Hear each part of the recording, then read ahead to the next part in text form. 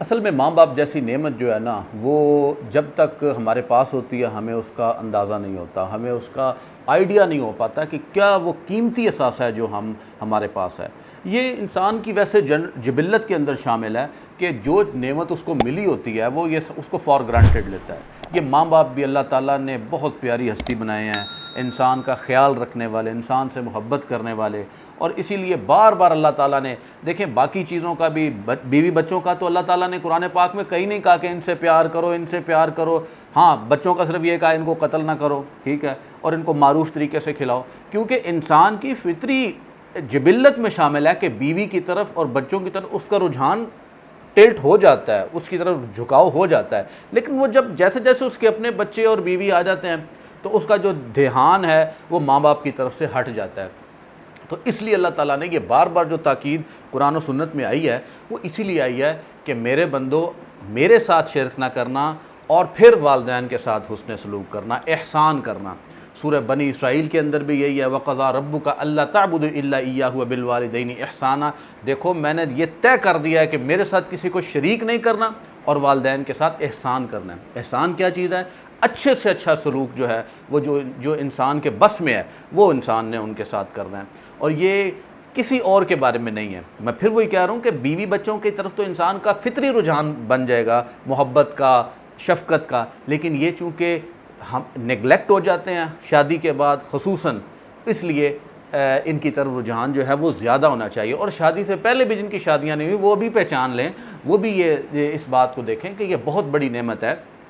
سورہ انعام کے اندر بھی اللہ تعالیٰ نے یہی بات کی ہے، سورہ احقاف کے اندر، سورہ لقمان کے اندر، مختلف یہ مضامین سارے ایک ہی طرح کے ہیں قرآن پاک کے اندر۔ اور آپ یہ دیکھیں کہ اس میں خوبصورتی یہ ہے کہ اللہ تعالیٰ نے شرک کے بعد والدین کی نیکی، والدین کے ساتھ نیک سلوک کی بات کی ہے، اور پھر جو دعا بتائی ہے ہمیں تو وہ دعا بھی بڑی پیاری دعا ہے۔ ہم تو وہ بھی نہیں جانتے، یہ ہمارا رب بھی کریم ہے جس نے کہا کہ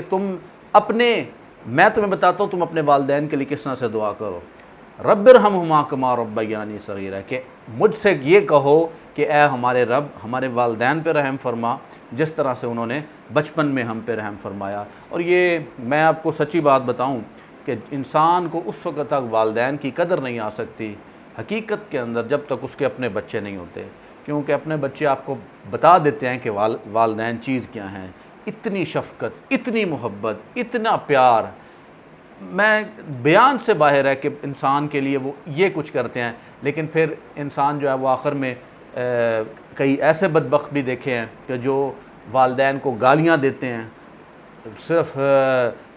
تھوڑی سی بات پہ لڑائی جھگڑا ہو گیا تو والدین کا گریبان تک پکڑ لیتے ہیں، ان کو بے عزت کرتے ہیں۔ اور یقین جانیں کہ جو شخص والدین کی نافرمانی کرتا ہے، قیامت کا تو اللہ تعالیٰ نے جزا و سزا باقی گناہوں پہ رکھی ہوئی ہے۔ میرا اپنا بھی ایک تجربہ ہے اور باقی بزرگوں سے بھی اور آس پاس کے لوگوں سے بھی جو سنا ہے اس کی بنا پہ میں یہ کہہ رہا ہوں کہ قیامت کے دن تک تو اللہ تعالیٰ نے باقی چیزوں کو رکھا ہے، لیکن والدین کی نافرمانی کا ایسا گناہ ہے جس کا عذاب جو ہے وہ دنیا کے اندر بھی ملتا ہے، ایسا نہیں ہے کہ وہ نہیں ملتا۔ تو یہ اللہ تعالیٰ ہمیں اس سے بچائے، کیونکہ ایک حدیث میں اللہ کے نبی صلی اللہ علیہ وسلم نے فرمایا نا کہ یہ والدین جو ہیں یہ تمہاری جنت ہے یا جہنم ہے، تم ان کی خدمت کر کے یا جنت میں چلے جاؤ یا ان کی نافرمانی کر کے۔ اور قرآن پاک کیا کہتا ہے؟ نافرمانی کیا ہے؟ ان کو اف تک نہیں کہنا۔ اف کیا ہے؟ ایک حقیر سا کلمہ ہے، ٹھیک ہے، ایسے بھی نہیں کہنا اس سے ان کا دل ٹوٹ جاتا ہے۔ اللہ تعالیٰ، ہم بھی اس کوتاہی میں شامل ہے، میں خود بھی کوتاہی ہو جاتی ہے، لیکن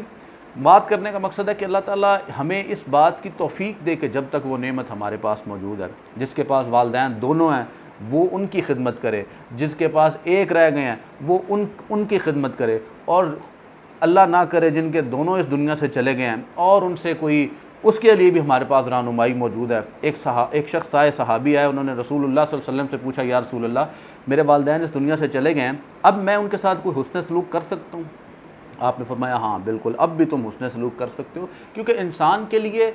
جب تک انسان زندہ توبہ کا دروازہ تو اس وقت تک بھی کھلا ہے کہ چلے زندگی میں اگر کوئی غلطیاں ہو گئی، کوئی گستاخیاں ہو گئی، اب تو وہ انسان بن جائے کہ جب والدین جو ہیں وہ چلے گئے ہیں۔ تو رسول اللہ صلی اللہ علیہ وسلم نے فرمایا کہ اپنے والدین کے لیے استغفار کرو، اللہ تعالیٰ سے یہ دعا کرو کہ اللہ ان کو معاف فرمائے۔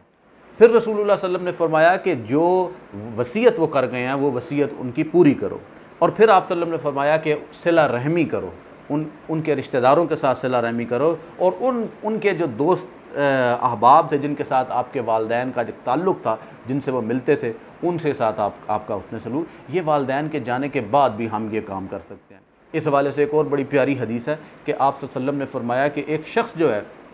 اس کا اللہ کے ہاں جب وہ مر جاتا ہے اس کا درجہ بلند ہو جاتا ہے، تو وہ کہتا ہے یا اللہ میں نے تو اب کوئی نیک عمل نہیں کیا، میرا یہ درجہ کیسے بلند ہو گیا؟ تو اللہ تعالیٰ فرماتا ہے تیرے بیٹے نے، تیرے بچوں نے تیرے لیے دعائے مغفرت کی ہے، تو اس لیے تیرا یہ درجہ بلند ہو گیا۔ اس لیے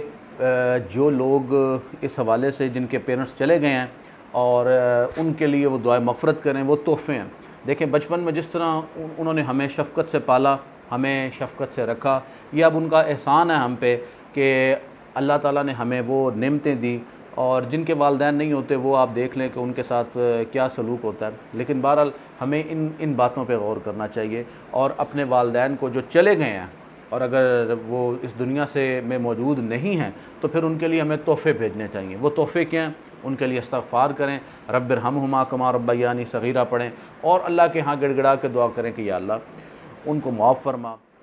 اور ہمیں بھی ان کے لیے مزید توفیق دے کہ ہم ان کے لیے صدقہ جاریہ بنے۔ اور اسی حوالے سے ایک اور حدیث جو ہے رسول اللہ صلی اللہ علیہ وسلم نے فرمایا باپ کے حوالے سے، ویسے تو ماں کے حوالے سے ایک بڑی مشہور حدیث ہے جس میں آپ صلی اللہ علیہ وسلم نے فرمایا کہ 3 درجے جو ہیں وہ ماں کے ہیں اور چوتھا درجہ جو باپ کے ہے۔ یقیناً ماں کا درجہ بہت بڑا ہے، لیکن باپ کا درجہ چونکہ عام طور پہ بیان نہیں ہوتا، اس لیے لوگ اس سے ان کو پتہ نہیں ہوتا۔ تو آپ صلی اللہ علیہ وسلم کے پاس ایک شخص آیا تو آپ نے فرمایا کہ بھئی باپ تو جنت کے دروازوں میں سے ایک دروازہ ہے،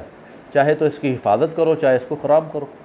تو حفاظت کرنے سے مراد یہ ہے کہ اس کی خدمت کرو، اس کا ادب کرو، اس کا احترام کرو، اور وہ پھر آپ کے لیے جنت کا باعث بن جائے گا۔ اور اگر اس کو توڑ دو گے، اس کو خراب کر دو گے تو وہی جہنم کا باعث بن جائے گا۔ تو اللہ تعالیٰ ہمیں توفیق دے کہ ہم والدین جیسی جو اللہ کی بہت بڑی نعمت ہے ان کی قدر کریں، اگر دنیا میں موجود ہیں تو ان کے لیے ان کی خدمت کر کے ان سے جو غلطیاں گستاخیاں ہمارے سے ہو گئی ہیں ہم ان سے ان کی معافی مانگیں، اور اگر وہ چلے گئے ہیں اس دنیا سے تو ان کے لیے ہم دعائے مغفرت کریں تاکہ کل کو ہمارے اولاد بھی ہمارے لیے صدقہ جاریہ بن سکے۔ اور اللہ کے ہاں جو اب چلے گئے ہیں ان کو کسی روپے پیسے کی ضرورت نہیں ہے، ان کو صرف اب ان چیزوں کی ضرورت ہے جو صدقہ جاریہ انہوں نے پیچھے چھوڑا ہے، اور نیک اولاد ویسے ہی صدقہ جاریہ ہے۔ اگر آپ کے والدین آپ کو 1 کروڑ یا 2 کروڑ یا 4 کروڑ کا گھر دے گئے ہیں، کچھ آپ کا بھلا کر گئے ہیں، آپ کو اچھی تعلیم دلوا گئے ہیں اور اب اس دنیا سے چلے گئے ہیں، تو اب آپ کا بھی فرض بنتا ہے کہ آپ ان کے لیے اس سے بہتر، ان کروڑوں سے بہتر کرنسی میں ان کو انعام بھجوائیں، اور وہ یقیناً یہی ہے کہ آپ ان کے لیے اللہ کے ہاں گڑ گڑا کے بخشش کی دعا مانگیں۔ اللہ تعالیٰ ہم سب کو توفیق دے کہ والدین کے لیے ہم حسن سلوک والا رویہ اپنائیں۔